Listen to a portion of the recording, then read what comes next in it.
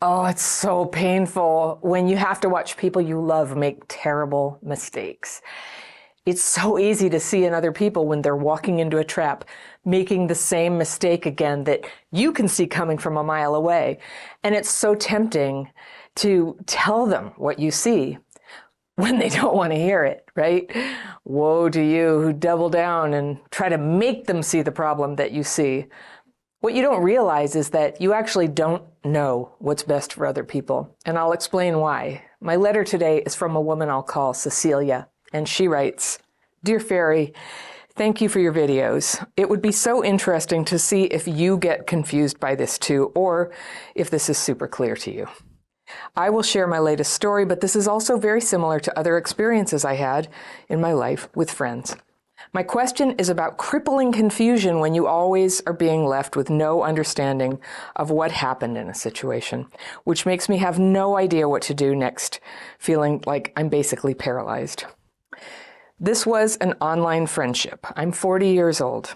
I wrote to this person for a year, and the last communication we had was about a job that this person felt that they had to take. I wrote why I thought it was a bad idea, straightforwardly, and this person responded that I was totally right. Her fake name, Linda, didn't want to take the job for the exact reasons I told her. It wasn't only a money thing, this was something more. She also said that everyone else just thought she should do it, and that colleagues were pushing her to do it too. She felt forced to do it anyway, even if she felt it was wrong. Okay, so my letter writer is telling me the story of a friendship she had online, and this person was going to take a job, but our letter writer thought it was a terrible idea. In retrospect, I maybe should have just wrote that I support any decision you make, Linda, but the truth is that I was not supportive because this was a job that went totally against her nature on every single level. I've got the fairy pencil. Let's circle what I want to come back to. I'm going to read the letter through, and then I'll come back to some things I circled. All right, so our letter writer, Cecilia, says, I would say it was kind of self-harming too, taking this job for her.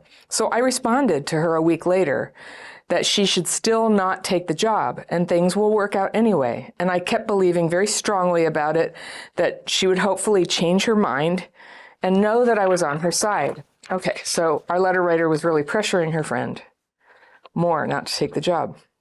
So weeks went by with no response from her friend Linda, but one day she saw that Linda had taken that job anyway, the job that our letter writer had warned her about. She says, I never heard anything back again. I'm kind of pragmatic, so I never send any why don't you respond messages, because I do believe people will reach out if they want me in their life. And if I don't hear back, I have to take that as a bad sign and just keep myself out. Yeah, this is a way to avoid fooling myself into delusion that this person really cares when all signs say the opposite. But several months later, I started to feel that same old feeling, thinking, maybe this is a misunderstanding. What if I was too judgmental? Things like that. I didn't want this person to feel like I was demanding any response because of her obvious silence, but the feeling of that it was maybe a misunderstanding was still haunting me. So I just sent an update about something I knew this person is obsessed about, which is dog shows. I sent 2 to 3 sentences about it because I knew this news would make Linda so happy to see, and perhaps an opening for her to see that I'm still here.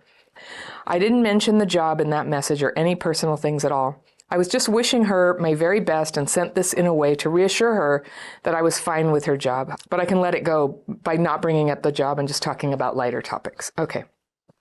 But I still didn't hear from Linda.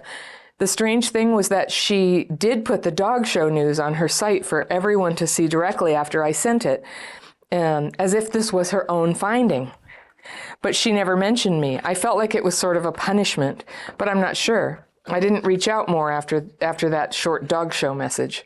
To add more information about her, to make this even worse, is that she's living a very lonely life with no real life friends, no siblings, and never had any real friends in her life.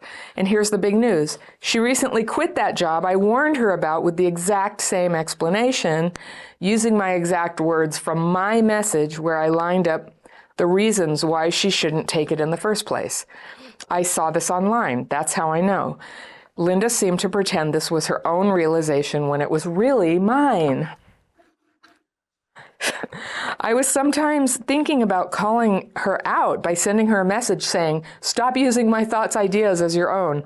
But what good would come out of it? Nothing. I was interested to be her friend, not enemy, so I just let her pretend that this was her own thoughts and ideas. At the end of the day, I have no idea what happened here. I really don't. Fairy, you can be totally straightforward. I can take it. What I can't take is being left unsure about this very strange situation. Hope this is clear for you when you, and hopefully you can clear up my confusion.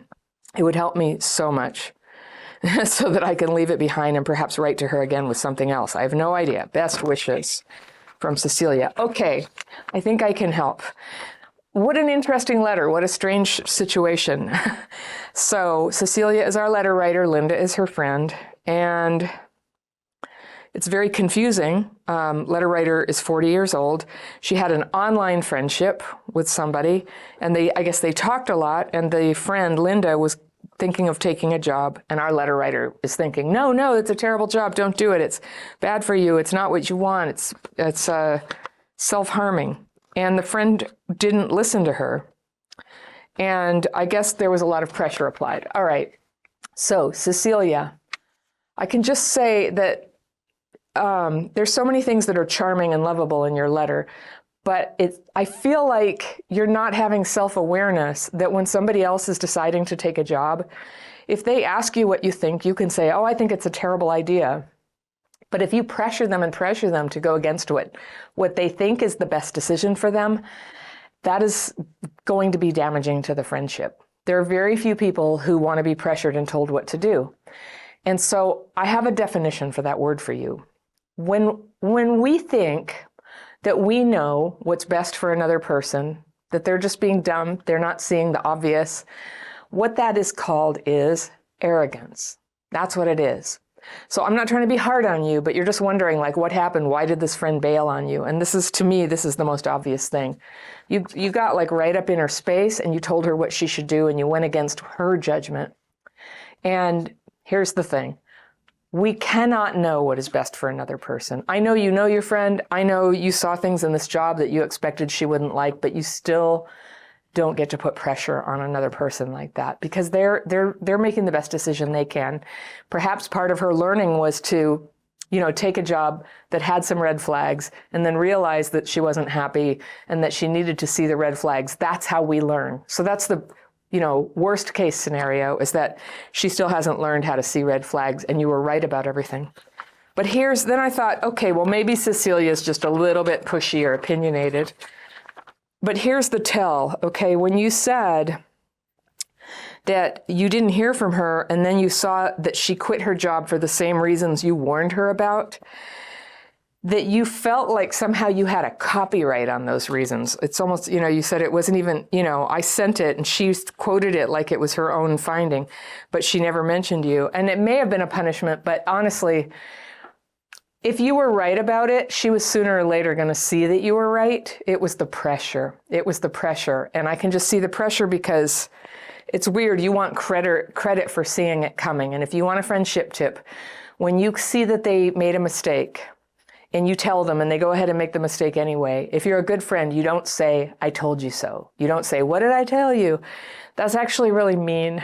And it's very easy for us to think that if we were in somebody else's shoes, we would make these great decisions. But if that were true, why are we friends with people like this, right?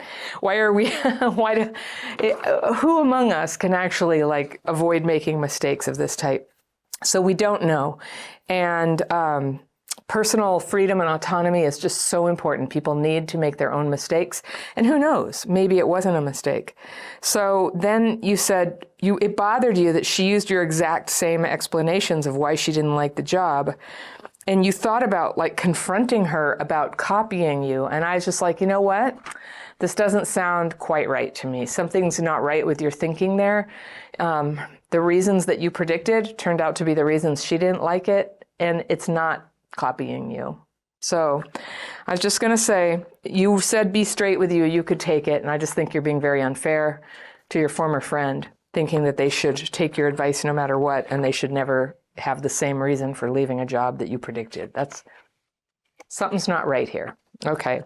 So Cecilia, it sounds like you have a lot going for you. You're a caring friend, but there's something about the way you're connecting that you have a blind spot. And there's something you can do to work on that. I have this course called the Connection Boot Camp. It's like 30 days of videos and worksheets to help you identify where you struggle to connect with people. It could be for you. And I've got that linked right here. You can check that out and see if you like it.